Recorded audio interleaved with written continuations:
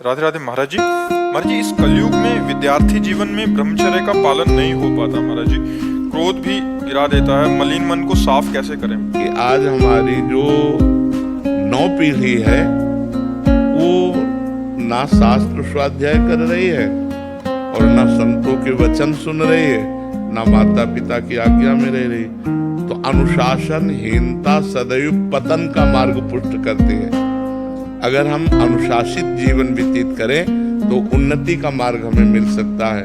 माता पिता का अनुशासन, शास्त्र का अनुशासन, संत गुरुदेव का अनुशासन, तो हम आगे बढ़ सकते हैं। तो पहले क्या था कि नवीन बच्चों को परिवार से अलग करके गुरुकुल में रखा जाता था, जिससे वहाँ उनको ब्रह्मचर्य की त्रिकाल संध्या, भगवत आराधना, वैदिक सिद्धांत, मनुष्य जीवन की उन्नति के क्या क्या लक्षण होने चाहिए, अवनति किन किन कारणों से होती है, वो सब ज्ञान होता था।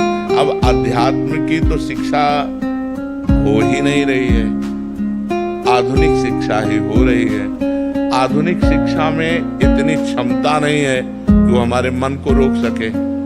आधुनिक शिक्षा में इतनी क्षमता नहीं है कि हमारे मन को रोक सके या शांत कर सके।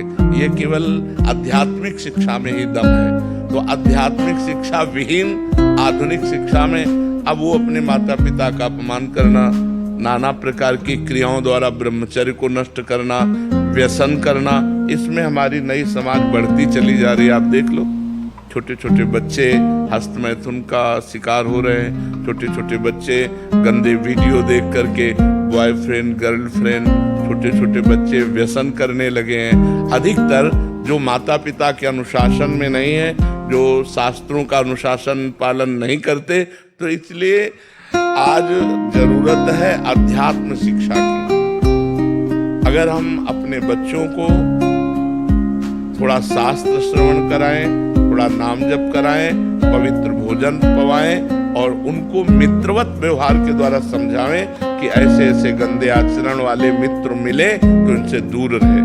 ऐसा छूना, ऐसा करना, ऐसा देखना ये निषेध है, तुम्हारे जीवन को गिरा देगा। नहीं तो छोटे छोटे बच्चे पतित होते चले जा रहे हैं। जो हमारी एकाग्रता विद्या अध्ययन में लगनी चाहिए, जो हमारी एकाग्रता सामाजिक सेवा में लगनी चाहिए, वो एकाग्रता हमारी नशे में और व्यभिचार में जा रही है। हम कह रहे हैं फ्रेंड बनाना कोई पाप नहीं है, लेकिन व्यभिचार करना पाप है।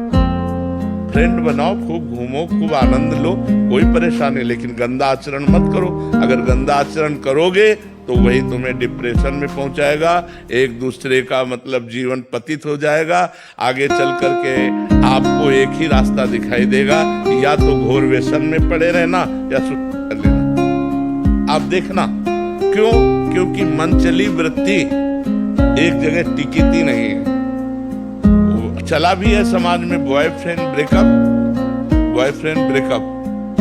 इसमें चरित्र आपका दूषित हो रहा है, आपके विचार दूषित हो रहे हैं, आपकी मानसिकता दूषित हो रही है। अब आप अपने जीवन को ऐसे गर्त में गिराने जा रहे हैं जो पूरे जीवन आपको दुख देगा, क्योंकि आप एक सद्गृहस्थ नहीं बन पाएंगे। यदि आपने ऐसे गंदी आदतें की और आपका ब्याह हो गया तो आप अपनी पत्नी से संतुष्ट नहीं रहेंगे। आप एक पत्नी व्रत धारण नहीं कर पाएंगे, आप एक पति व्रत धारण नहीं कर पाएंगे। तो आपका न्यू जो जीवन का उत्थान करने की थी, आपने उसी को नष्ट कर दिया। तो इसलिए हमारी बच्चों से प्रार्थना है कि गंदी बात से बचो। दोस्ती में हम कहते हैं कि दोस्ती हजारों से कर लो, हजारों से दोस्त। हम तो कहते हैं शत्रु किसी को बनाओ ही मत, पूरे विश्व को मित्र बनाओ। मित्र बनाने में कोई बात नहीं, लेकिन गलत आचरण मत करो, गंदा व्यवहार मत करो। जब तक ब्याह ना हो जाए तब तक ब्रह्मचर्य का पालन करो, माता पिता की आज्ञा में रहो, ऐसे बिल्कुल गंदे आचरण नहीं। तो ये हमारे समाज का स्वरूप बिगड़ता जा रहा है। इसे आप ही लोग मिलकर संभाल सकते हो, माता पिता। और अगर आप सुधरो तो सुधर गए समाज। हम दूसरे को सुधारने की चेष्टा न करें। यदि हम अपने को व्यसन और व्यभिचार रहित बनावें तो हमारा समाज सुधर जाए।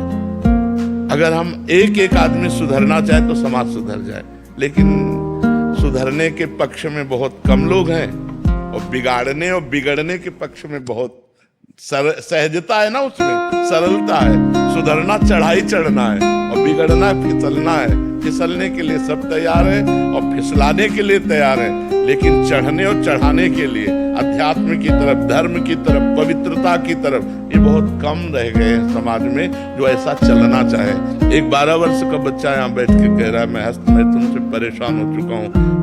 तो उनका कितनी आयु है? बोले 12 वर्ष की। और फिर उसने कहा कि वो हमारी गर्लफ्रेंड भी है। तो उनका 12 वर्ष में गर्लफ्रेंड हो गई, हस्तवेतन हो गई। तो मतलब ये छोटी छोटी अवस्थाओं के बच्चे इतने गंदे स्तर में गिर रहे हैं, तो क्या होगा, समाज का क्या होगा? कॉलेज आदि में यही ट्रेंड चल चुका है महाराज जी। तो कैसे महाराज जी सुधार होगा? जैसे आप कह रहे हैं कि दोस्ती करने में कोई दिक्कत नहीं, बट वो अपनी इंद्रियों पे काबू ना करने के कारण फिर वो उस फिसलन में नहीं। हम जैसे अपनी बहन के साथ भी तो रहते हैं घर में। मित्रता रखना कोई पाप नहीं, कोई दोष नहीं है, लेकिन मित्रता रख करके कुपंथ में चले जाना, कुमार्ग में चले जाना, ऐसी हरकतें कर देना जिससे जीवन बर्बाद हो जाए, तो हमें लगता है इस पर सुधार होना चाहिए। बच्चों को अपने जीवन को पवित्र रखना चाहिए जब तक पाणी ग्रहण ना हो जाए, जब तक माता पिता सुव्यवस्थित जगह ब्याह ना कर दें, तब तक।